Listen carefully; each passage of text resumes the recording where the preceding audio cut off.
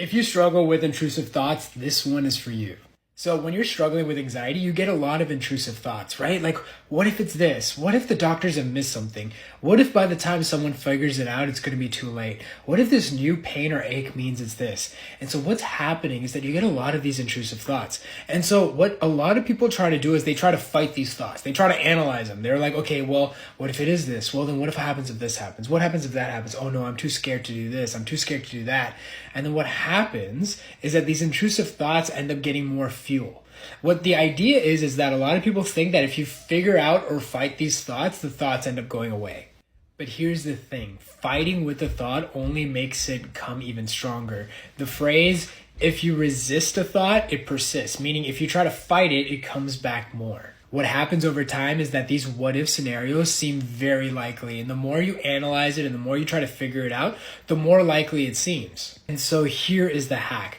When you're struggling with intrusive thoughts, it's very important to identify what is a thought and what is thinking.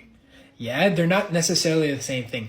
Thoughts come and go. They're empty, often trash talk, right? It's like, what if it's this? What if it's that?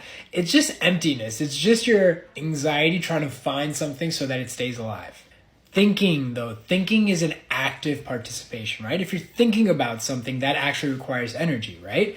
And so what happens is that when a thought comes, people feel like they have to think about it. For example, what if the doctor missed something? But I feel like it's this. So what if it's something else? Maybe I can Google search, or maybe I can try to figure this out. And so what they're doing is that they're thinking.